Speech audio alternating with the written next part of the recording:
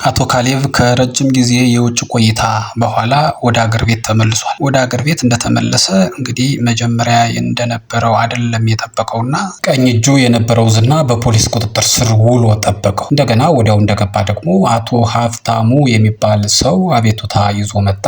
በዚያውም አዲስ የቢዝነስ ስራም ማህሌት ምን እንዳደረገችውና በመጨረሻም እንዴት አድርጋ እንዳጭበረበረችው አንስቶ ነገረው። አቶ ካሌብ ያው እሱን ብሎ የሚመጣ ሰው በሙሉ ሌሎች ሲነቁበት አይወድምና ያው ቢዝነሱን በዚያ ዙሪያ ላይ የሚያጠነጥን ከመሆኑ አኳያ አዲሱን ቢዝነስም አብረው ለመስራት ተስማምተው የማህሌትን ጉዳይ መላ እንደሚፈልግለት ቃል ገብቶለት ነበር። ዛሬ ስራውን ጀምሯል። ማህሌትን ማፈላለግ ጀምሯል በሰዎቹ በኩል። እንግዲህ ማህሌት ምንም ነገር ስለሌላት መንገድ ላይ ከወጣች ቆየችና ሆነ መንገድ ላይ ቁጭ ብላ እየተከዘች እያለ የካሌብ ሰው ሄዶ አናገራት። ስታየው የካሌብ ሰው ወይም የዝና ሰው መሆኑን ስታቅ መጀመሪያ የፈለጋት ዝና መስሏት ደነገጠች። ዝና ላይ ያደረገችውን ታውቃለችና እኔ መሄድ አልፈልግም ባክን ተወኝ እያለች ተለማመጠችው። ሰውየው ግን ዝና ጋር ሳይሆን ካሌብ ጋር ነው ይዤሽ የሚሄደው ብሎ ሲነግራት አላመነችም። ይህንንም ባለማመኗም ኖርማል ለማምለጥ ሞከረች። እሱ ግን ተይ አትሩጭ ከኔ እጅ አታመልጭም ብሎ እንዳለውም አሯሩጦ ይዟት ወደ ካሌብ አለቃው ጋር ወሰዳት። እንግዲህ ማህሌት ታስራ አለቃው ከአቶ ካሌብ ሞሲሳ ፊት ቀርባለች።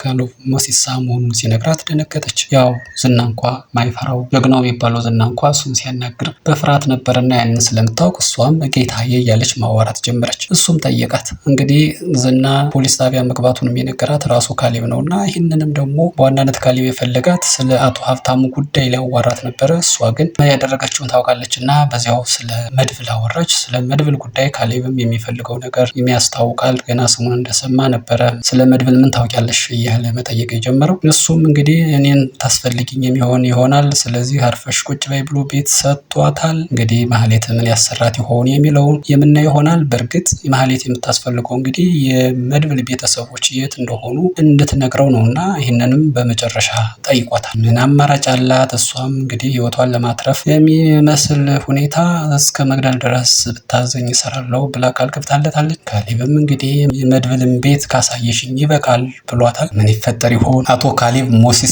በጣም ጨካኝ መሆኑን እናውቃለን፣ ያው በስም በዝና ነገር ግን የበለጠ አረመኔ መሆኑን ደግሞ ያየንበት ዛሬ አንድ ክስተት ተፈጥሯል።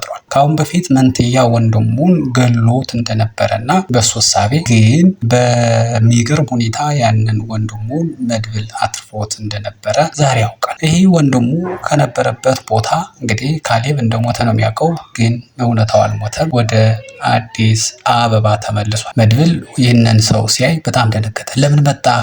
ወንድምህ እኮ እዚሁ መጥቷል። አሁን እሱ በመጣበት እንዴት መጣህ? ያንተ መኖርህን ካወቀ ይገልሃል። አሁን ቶሎ ተመለስ እያለ ቢለው ወንድሙ ግን የመጣበትን ዓላማ አስረግጦ ነገረው። አሁን ሰዓቱ ደርሷል። እኔ ነኝ አሁን ቦስ መሆን ያለብኝ። ስለዚህ ለዚህ ነገር ትተባበረኛለህ አሉ። መድብልም መጀመሪያ የፈለገው የእሱን ሰላም መሆን እንጂ ካሌብን ለማጥቃትማ እሱም ጀምሮታል። እንዲያውም ቆየ የሚያግዘው ሰው ይፈልግ ነበረ። ቁርጥ ከሆነና ወስኖ ከመጣማ አዲያኔስ ምን እፈልጋለሁ ብሎ ተጨባበጡ። ካሌብን አሁን ፈላጊው አጥቂው መድብል ብቻ ሳይሆን የራሱ መንትያ ወንድምም ተመልሷል። ካሌብ ነገር አሁን እሱም ካሌብም የሚያርፍ አይደለም። ካሌብ በተቃራኒ በኩል የቆሙትም እሱ የሚያውቀው መድብል የሚባል ልጅን እንጂ የራሱ ወንዱም በህይወት መኖሩን ከህይወት መኖርም ባዘለለ እሱን ለማጥቃት መመለሱን አያውቅምና ይሄ ነገር ወዴት ሊሄድ ነው? እንግዲህ መድብልና የካሌብ ወንድምም በድብቅ እየተገናኙ ስትራቴጂ ሊነድፉ ተቀጣጥረዋል። ብሩክና ቅድስት ደግሞ ሊጋቡ ነው። ቀነ ቀጠሮ ተሰጥቷቸዋል። ያ ቀን ግን አልደርስ ብሎ ሁሉም ቤተሰብ እየጓጓ ነው። በተለይ ዳጣና ምሳሌ ጉጉታቸው በቃላት ሊገለጽ የሚችል አይደለም። መቼ ነው ይህ 3 ወር አይደርስም እንዴ የተባባሉ ነው። ከሙሽሮች በላይ እነሱ በጣም ናፍቀዋል። እንግዲህ ሉላ ዳጣ እና ቅድስቱ ነው ለሰርጉ ዕለት የሚሆን ቀሚስ፣ ሰርጉ የሚካሄድበትን ቦታ የት ቢሆን ይሻላል፣ ስለ ጭፈራ ሰፋ አድርገው እያወሩ ናቸው። ደስ ብሏቸዋል። እንግዲህ ዋናዋ ሙሽራ ቅድስት ብትሆንም ከሷ በላይ ዳጣም ሆነ ሉላ ደስተኞች ሆነዋል። ቀኑን በጉጉት እየጠበቁ ነው በሙሉ ጓደኞቿ። ወንዶች ግሩፕስ? የወንዶች ግሩፕ ደግሞ ፈታን በል እስኪ ወደ ትዳር ከመጠቃለላችን በፊት እስኪ ትንሽ ጌዳውን በል ብለው ተሰባስበው ብሩክ ሞገስና መድብል ፈታ እያሉ ነው። እናነጋዋለንም እያሉ ናቸው። በቃ 1-2 ጀምረው ወደ መጨረሻው ወደ ጡዘት ደረጃ ደርሰዋል። ፈታ ብትን ፍርክስ ብለዋል። እንግዲህ ቤት ደግሞ ሉላና ቅድስት ቢጠብቁ አልመጣ ሲሏቸው በጣም ተጨንቀዋል። ምክንያቱም ሌላ ችግርም ነገር ስላለ ካሌብ አግኝቷቸው ይሆን የሚልም ፍራቻ ስላለ ተጨንቀዋል። ካሌብ ግን እዚህ ውስጥ የለበትም። የጓደኛሞች የወንድማማቾች ጊዜ ያስፈልገናል በሚል ነው ፈታ እያሉ ያሉት። እንግዲህ ከስንት መጠበቅ በኋላ ፈታ ፈርከስ ብለው እየተዝናኑ ቤት ደረሱ። ቤት ደርሰውም እንግዲህ ሁለተኛ ይሄ እንዳይደገም ማስጠንቀቂያ ተሰጥቷቸው እነሱም ተቀብለው ወደ ቤት ገቡ። በቃ ሰላም ወርዷል ማለት ነው።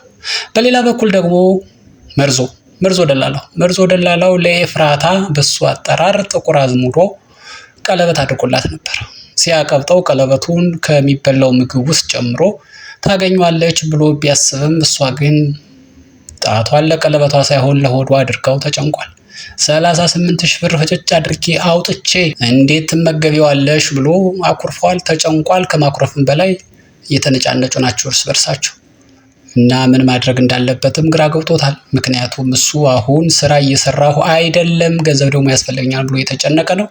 እሷ ደግሞ በህጋዊ መንገድ ተሰርቶ የሚመጣ ገንዘብ ነው ለኔና ለልጄ የሚያስፈልግ እያለች ነው። ኤፍራታ ጉድ ነው እንግዲህ እዚህ ደርሷል።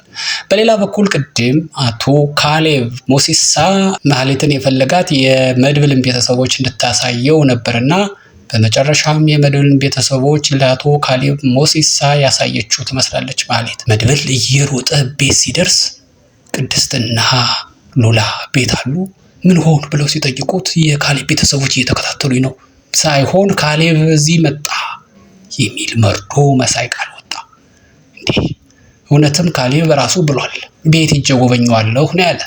ዝንጥ ባለ አነጋገር እንግዲህ አቶ ካሌብ ሞሲሳ ከነ መድብል ቤት ይሄዳል ማለት ነው። እሺ መድብል የድሮ ዘሩባቤል መሆኑን ሲያውቅ ምን ይፈጠር ይሆን?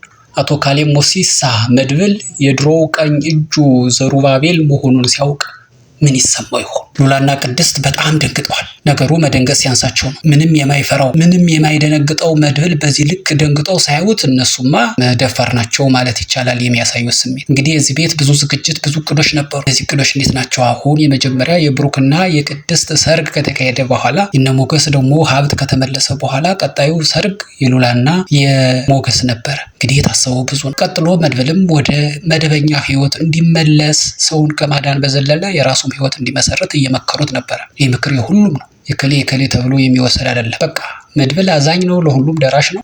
ደግሞ ግን ያው እሱም ህይወት መቀጠል አለበት፣ የእሱም ህይወት ማማር አለበትና እሱንም እየመከሩት ነበር። እንግዲህ በመሀል ግን ይኸው ካሌብ ሞሲሳ የከተማው ትልቁ ጋንግ ቤት መጣ። ካሌብና ዘሩባቤል የድሮ ያሆኑ መድብል በደንብ ይተዋወቃል። እንግዲህ ከዚች ከነ ብሩክ ቤት ከነ ቅድስ ቤት ከትንሿ ብላቴና ከነ ምሳሌ ቤት ምን ነገር ይፈጠር ይሆን የሚለውን የምናውቀው በቀጣዩ ክፍል ነው የሚሆን። እንግዲህ ውድ የምሳሌ ድራማ ተከታታዮች የዛሬው ዝግጅት እስከዚህ ድረስ ነበር።